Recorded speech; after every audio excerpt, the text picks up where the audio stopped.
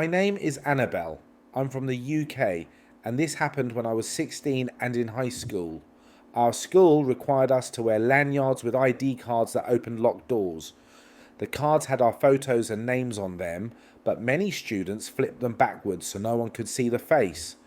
It was my second full day back after being sick for most of the week. During geography class, about 20 minutes after lunch, I desperately needed to use the restroom. My teacher reluctantly let me go since we weren't supposed to leave during lessons. The hallways were empty, no students, no teachers. After using the bathroom, I began walking back through the cafeteria when I noticed a man sitting at one of the tables. He looked too old to be a student but wore a lanyard, so I assumed he was a teacher. As I walked past, he said, "Hey." The sudden voice made me jump. He laughed softly and apologized, saying he didn't mean to scare me. Then he asked, "Can you help me get some work things from my car?" I agreed without hesitation. After all, I thought he was staff. We walked through the foyer and out of the building in silence. He seemed nervous, fidgeting with his hands, putting them in and out of his pockets.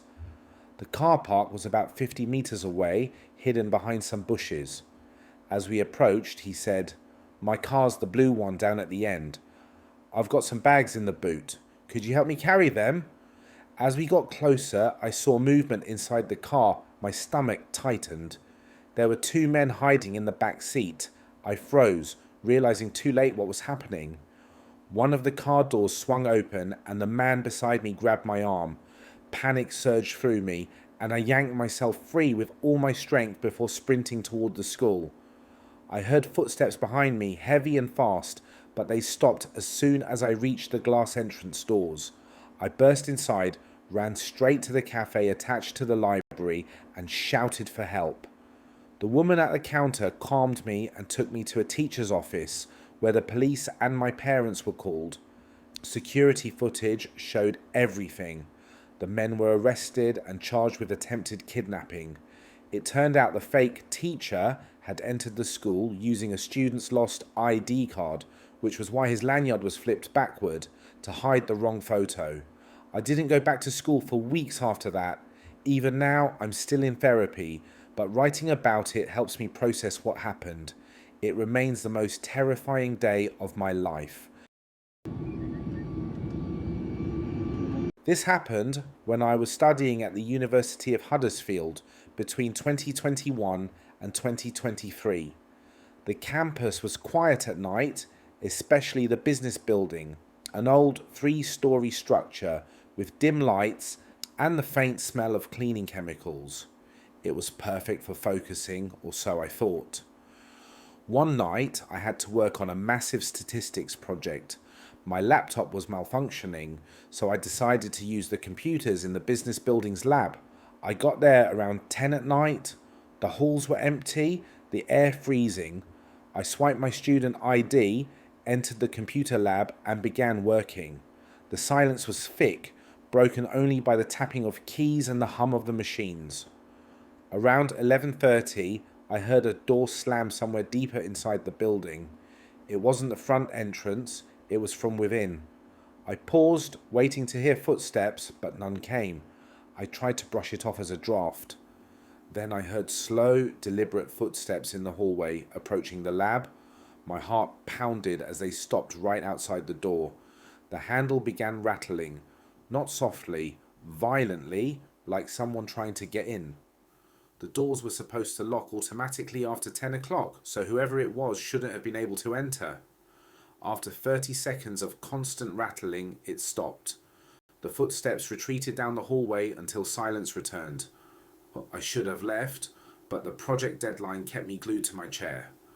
About 10 minutes later, another sound came, this time above me. Something was moving in the ceiling. The thin tiles shifted slightly, like weight was pressing on them. Then came a faint creak, like someone lowering themselves carefully to avoid making noise. Panic hit me. I unplugged my flash drive, grabbed my bag, and ran. The hallway outside was dim, lit by buzzing fluorescent lights. My sneakers squeaked as I hurried toward the stairwell. When I looked up, my blood ran cold. On the landing above, a man stood staring down at me. He wasn't a student or professor.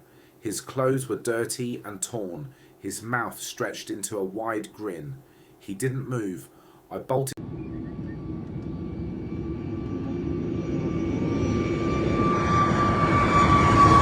A few weeks ago, something strange happened to me, and I have a feeling it isn't over yet.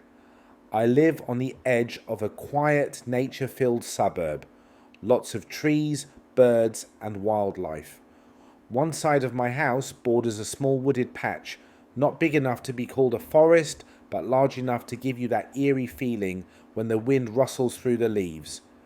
Just beyond that patch of woods is a road, and across that road lies a huge body of water surrounded by tall fences plastered with no trespassing and government property signs. Growing up, I always thought it was a reservoir, but strangely, it has no name on Google Maps or Apple Maps. That alone always made me curious, though I never found any information about it no matter how many times I searched. I'm on my school's varsity cross-country team, so I often run through that wooded area. It's a perfect 2-mile loop that passes by the road near the water and circles back to my house. Peaceful and safer than my twisty, sidewalkless neighbourhood. One evening, after a long run, I heard something moving behind me in the woods. I brushed it off as an animal and went home. That night, a massive thunderstorm rolled in, and as always, I left my bedroom window open to enjoy the sound of rain. But as I was drifting off to sleep, I heard something else, soft, human-like sobbing beneath my window. Over the rain, a faint female voice called out, "Can you help me?" I'm cold. I jumped out of bed, heart racing, and ran outside without thinking. The rain soaked me instantly, but I didn't care. Someone needed help. When I turned the corner to my bedroom window, I saw her, a woman crouched beneath a small overhang, dressed in a white gown or dress, trembling.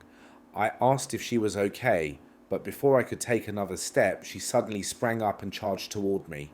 For a split second, I froze, but then halfway to me, she stopped, turned, and bolted toward the woods barefoot, running faster than I thought humanly possible. I stood there, shocked and dripping, before running inside to wake my dad.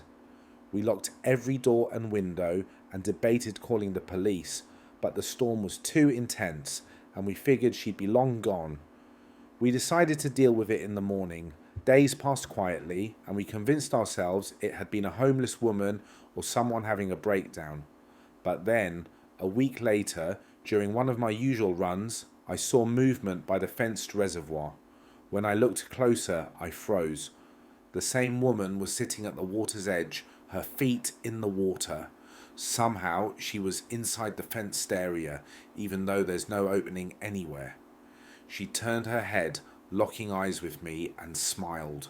A wide, unnatural grin that made my blood run cold. She ran straight to the fence, pressing her face against the chain link, still smiling. I yelled that I was calling the police, and the moment I said that, she dove into the water without hesitation and vanished beneath the surface. I called 911 immediately, but by the time officers arrived, she was gone. They searched the area but found nothing and told me to go about my day as usual.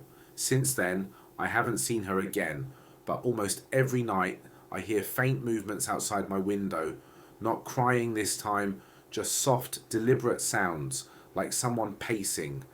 I haven't been able to sleep well or go running since. I keep wondering how she got behind that fence, and a part of me can't shake the feeling that she's still watching me, waiting.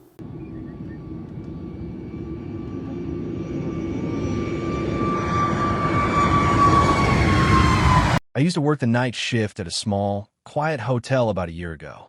Even now, I can't stop thinking about what happened that night. It still makes my stomach twist. I don't know what that man's plan was, but remembering how long he was there without me realizing he wasn't supposed to be still chills me. The hotel was small, 3 floors, 40 rooms at most. Weeknights were slow, maybe 10 or 15 guests total. My shift was from 10 p.m. to 6 a.m., usually peaceful and dull.